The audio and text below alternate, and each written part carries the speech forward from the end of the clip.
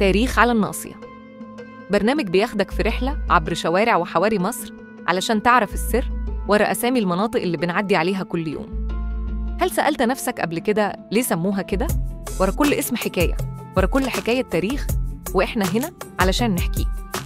من قصص الحكام والملوك لحد الحرفيين والتجار، من الحروب اللي شكلت شوارعنا لحد العادات اللي صنعت هويتنا. كل اسم وراه حكاية تستاهل إنها تتقال. خليك معانا في تاريخ على الناصية علشان تفهم الماضي اللي رسم خريطة النهاردة. حكايتنا النهاردة عن منطقة العتبة، قلب القاهرة وروحها التجارية. لو عايز تزور مكان في القاهرة كله حركة وناس رايحة جاية، يبقى لازم تعدي على العتبة. المنطقة دي مش بس سوق كبير، دي حكاية من حكايات الزمن الجميل، مكان يشهد على تاريخ القاهرة التجاري من زمان. ليه سموها العتبة؟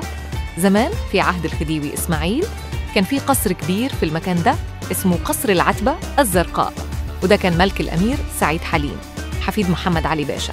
القصر كان ليه عتبة كبيرة ومميزة، ومن هنا بدأ الناس يقولوا على المنطقة كلها العتبة، والاسم فضل متعلق بيها حتى بعد ما القصر نفسه اختفى. العتبة دلوقتي بقت واحدة من أهم المناطق التجارية في القاهرة، فيها أسواق لكل حاجة تتخيلها، من الملابس والأقمشة للأجهزة الكهربائية وحتى الكتب والمسرحيات. مش بس كده، دي كمان عقدة مواصلات، أي حد عايز يروح أي حتة في القاهرة ممكن يعدي من هنا.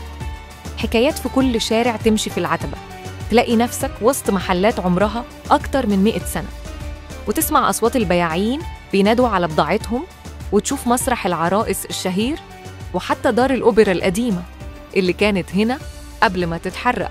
ويا رب حكايتنا النهاردة عن العتبة تكون عجبتكم، واستنونا في حكاية لاسم منطقة تانية.